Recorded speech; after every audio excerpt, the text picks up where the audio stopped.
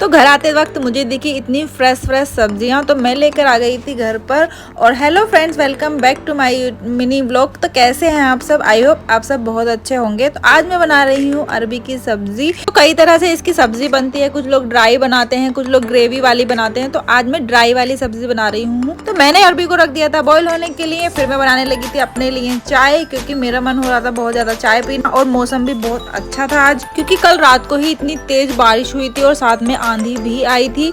तो इसलिए आज मौसम बहुत अच्छा था, मतलब ज़्यादा गर्मी नहीं थी। तो इसलिए मेरा मन बहुत हो रहा था चाय पीने का। वैसे मैं दोपहर में कम ही चाय पीती हूँ, पर मेरा मन किया चाय पीने का, तो मैं बनाने लगी। और ये देखो बन के तैयार है मेरी चाय।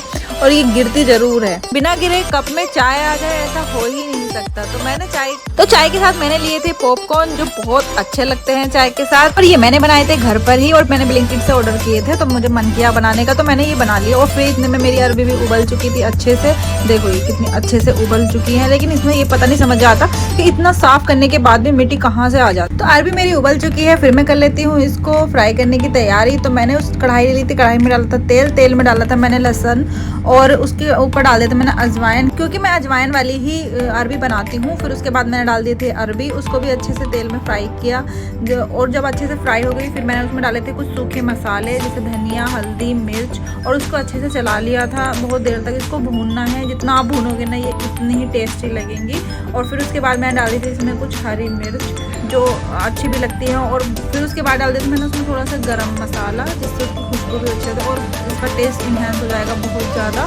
फिर मैंने उसको अच्छे से चला लिया था और ढक के रख दिया था कुछ देर के लिए, ये अच्छे से अपने पक जाएंगे। और दूसरी साइड मैंने बना ली थी वायरल वाली दही, जो बहुत ज़्यादा टेस्टी होती है। और इसको मैंने अच्छे से फ्राई कर लिया था प्याज और मिर्च के साथ, और इसमें कुछ सूखे मसाले डाले थे, और ये बहुत टेस्टी होती है। और सूखी सब्जी के साथ तो बस पूछो मत। फिर दूसरी साइड में ही मैंने आटे को छान लिया था, क्योंकि अब आटा भी गूंदना था। तो मैंने उसके लिए प्रिपरेशन करनी स्टार्ट कर दी थी, ताकि दोनों सब्जी भी बनती रहे और फिर मैं इतने अपना काम भी करती रहूँ। और इतनी ज़्यादा गर्मी है यहाँ पर कि आप पूछो मत, इतना टेम्परेचर बढ़ चुका है। किचन में काम करना तो मुश्किल है, कुछ भी करो लेकिन हमें काम तो करना ही है किचन में। तो फिर मैं रोटी बनाने लगी थी, और फिर मैंने बना दिए थे पेड़े, और उसके बाद में मैं रोटी डाल दूँगी एक साथ ही।